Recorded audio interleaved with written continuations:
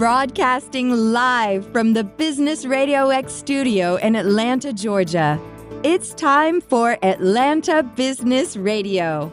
Brought to you by Kennesaw State University's Executive MBA program, the accelerated degree program for working professionals looking to advance their career and enhance their leadership skills.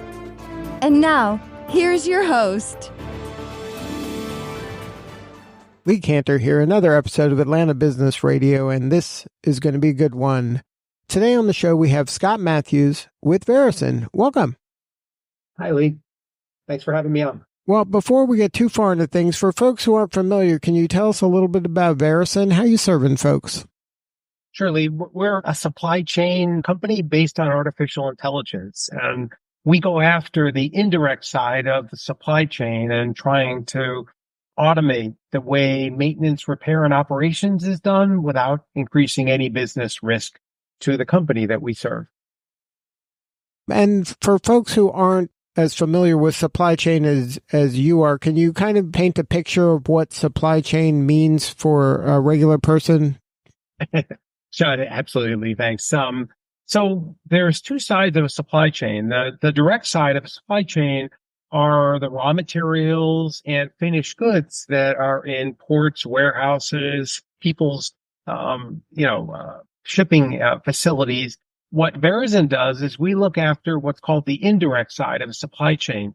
And what that is all the maintenance and engineering and manufacturing facilities inside a four wall to make something that we may buy at this point, like John Deere as an example, as a customer. And we look after all the spare parts and all the inventory inside the factories where they make the big green tractors. And usually that's a couple of 100,000 parts it takes to make, a tractor as an example. And that's what Verusen does, is we try to automate that side of the supply chain inside the four walls of a plant or a warehouse. And is this kind of a Russian nesting doll situation that within each customer, there's a supply chain, and within each of their customers, there's it just never ends, right? The supply chain is involved in every aspect of every business. Yeah, that's a good point, Lee. So the challenge that most customers have is data is stored in different systems and in different formats. It might be in an accounting system. It might be in an asset management system. It might be on a spreadsheet. It might be different across different plants, across different geographies, and in different locations. And it's hard to make sense of that incongruent data to figure out what's the right part I should have in inventory. Where should I store that part? How much should I pay for that part? From whom should I buy that part? And how do I maintain the minimum amount of inventory without increasing any risk to the business, ever having a manufacturing facility go down or a line go down? So that's actually the problem that Verusen solves, is that incongruency of data and recommending what the inventory level should be given the business risk profile of the customer that we serve. Now, you've been named one of Atlanta's 100 fastest growing companies. Were you growing because it was just expanding, like with the supply chain, especially during the pandemic? There was obviously issues there, and then people kind of got caught and they, I guess, weren't as intimately involved with their data that they couldn't kind of protect themselves from that. Was that kind of an engine for your growth? Yeah, that's a good point, Lee. That's part of it is, people over-ordered, during the pandemic because they just didn't have visibility into when something would arrive, especially if it's a critical part. It might have, a 4-month lead time, versus a washer or a nut that you can get, in a day. So that did create some issues. The real issue is, the people that run the plant make their own decisions, and procurement tries to buy what they want on a contract. And the problem was really hard to solve. And Verusen, at the beginning of the company, had to create the need to solve this problem. And now major companies, Fortune 50 companies, are coming to us saying, I have $400 million of inventory that is not moving well. It's slow. It might be obsolete. How do I figure out the right inventory management policy given the risk profile that we have? So we've seen a huge influx of business where people have a budget. They have a problem they want to solve and they're looking for the right technology. And those are the catalysts for growth for a company like Verusen because, we're an enterprise, software package, which means many people get involved. It's 6 months, 9 months, 12 months to have a major Fortune 50 or Fortune 100 company make a decision on the types of problems that we solve. Now, this kind of attention and the need, I guess, more people realizing there is a need for this kind of a solution has opened up some new verticals for you? Yeah, exactly, Lee. So, we've done really well in process manufacturing, and that just means it's, something that happens in repetition, and there's a lot of inventory and spare parts that's needed. We do well in pulp and paper and things like that and that's the heritage of our company. And recently, with the hires that we've made and the investments that we've made, oil and gas, we're about to sign a really large customer in the oil and gas sector. Energy, one of the companies based here in Georgia is our largest customer. The one that we all buy power and electricity from is a large customer of ours. And mining is actually a huge vertical that has a lot of assets when they mine, the precious metals and things that are components in the products that we buy. And those are huge industries that the three people that we signed on with Verusen have 40 years collectively of operational expertise, domain expertise, and it's helping us to solve those problems easier and faster. When I can speak the language of oil and gas, I can speak the language of mining versus process manufacturing or, CPG and companies that we've done really well in the past, Lee. Now, are these verticals primarily U.S.-based companies or are they global? They are not. We have a top 3 food and beverage company in the world that they use us in 4 continents around the world. We support 40 languages, 40 currencies. It's a worldwide problem to figure out inventory management about what part do I need where, in what plant, what factory, and how do I balance inventory on a worldwide basis across multiple languages, across multiple currencies. So Verusen is blessed to have a bunch of customers that are global in nature. Now, how has kind of the acceleration of AI tools impacted your business? Is this something that you're kind of always looking for more and more talent in that space in order to stay in the forefront? Yeah, AI is a continuum. And when you take incongruent data, incongruent systems, it's a perfect problem for artificial intelligence to solve is how do you make that a common data set? How do you make that actionable when the data is stored in all different formats and in different systems? And where are the benefit of being a young company and basing our data acquisition and data manipulation tools all based on artificial intelligence? And once we have that data in our system, we look at the data, take years of history across suppliers, across manufacturers, we normalize that data, and then we make recommendations for what should be the stocking policies for every single SKU across someone's plant floor. What should be the minimum you have in stock? What should be the maximum you have in stock? What are duplicates? How should you share parts? And the goal is to drive down working capital without increasing any risk in the manufacturing process. And that's all benefit of artificial intelligence and large language models and generative technologies. So, we spend a huge 57% of every dollar in our company goes to technology and artificial intelligence because it makes a huge difference in customers' outcomes for what they hire us for. Now, how difficult is it to implement your software into somebody's system if they don't have this right now and they say, okay, we're going to flip a switch? Do they start normally in one area and then it eventually kind of expands as they see the benefits, or is it something that they got to make this kind of major change? No, it's actually it has to be a wide decision, Lee. It can't just be piecemeal because you won't get the benefit of it. So it's generally the plants that you want to control inventory. And the benefit of being based on artificial intelligence is we can be live within 30 days of starting a project because of modern technology, because of AI, and customers can start to see value in 45 days of us starting. Gone are the days of 6 months, 9 months, years of implementation to get value. That's what artificial intelligence has brought to our customers is time to value on buying software like Verusen. It happens really, really fast.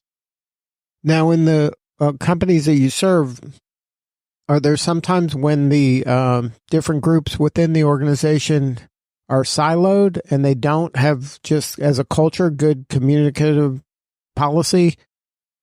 Yeah, your audience can't see me smiling, but that's actually a problem that we solve is I'll call it organizational alignment. So people in procurement, right, who are spending hundreds of millions of dollars to keep those plants operational, want everything under contract. They want everything to be planned. They want it to be consolidated across certain suppliers because it can drive down unit costs in acquisition. People on the plant floor don't care about that. They just want to have insurance because they're paid on availability. They're paid on production. So it's opposing agendas between manufacturing and procurement. And Verusen is the glue that puts those two departments together by showing evidence and science for why and how should you make inventory recommendations so both parties win. Both manufacturing wins when they always have the right part at the right time. Procurement wins when you can drive down inventory costs without increasing risk. And Verusen is the balancing act between manufacturing and procurement. And generally, those two departments are misaligned as organizations. So who in the organization makes this buying decision? It's actually split. Procurement is often the sponsor, but manufacturing has to buy in and say, yes, this will work, because manufacturing and the plant floors are the users. They're the ones taking our artificial intelligence recommendations, and they have to accept it. They have to accept it. And then once they accept it, we update the systems of record like SAP. It's an accounting system and a manufacturing system that runs many plant floors. So it's actually a circle of inventory management that happens, but I need both parties to be involved for Verusen to be successful. So how do you kind of demonstrate to the skeptical party that this really is going to make their life easier? This isn't another one of these, mandates from up high who don't understand what it's like to be the boots on the ground. So it's an excellent question. So risk mitigation is really important when you make multi-million-dollar decisions to change process. So we have ways to take in data in a sampling sense, put it into our algorithms, and show prospects, not customers, prospects, evidence, quantitative evidence that our algorithms work, our science works. So it really does minimize the risk of buying software from Verusen, and we'll do that as a pre-sales effort because I also want risk mitigated. I want to make sure that we sell the right software to the right customer that'll be successful, and then they're able to build the business case, quantitative ROI about how much they'll save versus qualitatively saying, gosh, I might save $10 million. I might save $40 million. It's hard to get a business case justified in today's economy without quantitative evidence that it works. So what's next for you? What do you need more of, and how can we help? So what I'm in the process of doing is building out, the worldwide aspect of our company by hiring, 3 people in sales. It sounds like a small amount, but for us, it was a good investment. And then to build out, people that are outside of Atlanta, outside of New York, to hire in, appropriate geographies. The other aspect of what we're doing is building a partner network for complementary services that add more value than Verusen can independently. And I'll give you an example. So you might have in your factory lead $40 million of inventory that hasn't been moved in a while. And if you're the financial person, how do I get that off my balance sheet? How do I get that expense liquidated in an appropriate way? So we've integrated to 2 different disposition companies that will look at slow moving inventory and either buy it or consign it for resale. So customers are able to get more value than just what Verusen can supply. As one example, we have another partnership with repairing spare parts versus buying new. So we have third parties that integrate to our solution, and it might cost 30 cents on the dollar to repair a $24,000 motor versus buying something new. So again, offering a better way to spend money versus always buying new and dealing with supply chain issues. Why don't you fix what you have? Because it's just less expensive, and mean time between failure is not high on this. So those are some examples of partnerships that we're building, Lee. So now the new verticals that you're working in, that sounds like it was kind of customer driven, like there was a need and then you decided to put a body on those verticals? Yeah. So I'll give you again another really good example. There's a top 10 oil and gas company that we haven't signed the contract yet, but it's imminent. They have $1.5 billion of inventory on oil rigs out in, the ocean and different warehouses and plants, around the world to produce the oil that ultimately goes to the refineries. And they wanted to reduce that inventory without increasing any risk, right, of production at this point. And Jeremiah Woodford knew the decision maker and ultimately positioned us for, in our world, a very large deal.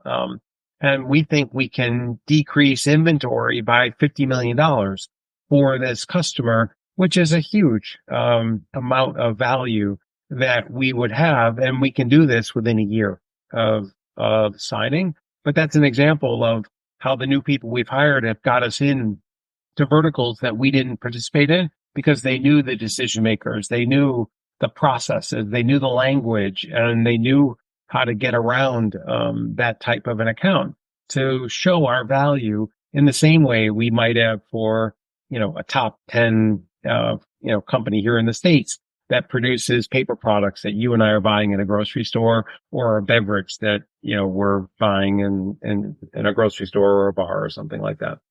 So if somebody wants to learn more, where should they go? What's the website? It's www.verusen.com. There's a sales link. There's all kinds of FAQs and questions you could engage with, but that's how we generally speak to someone who's interested in what we're doing, Jay. Well, Scott, thank you so much for sharing your story today. You're doing such important work, and we appreciate you.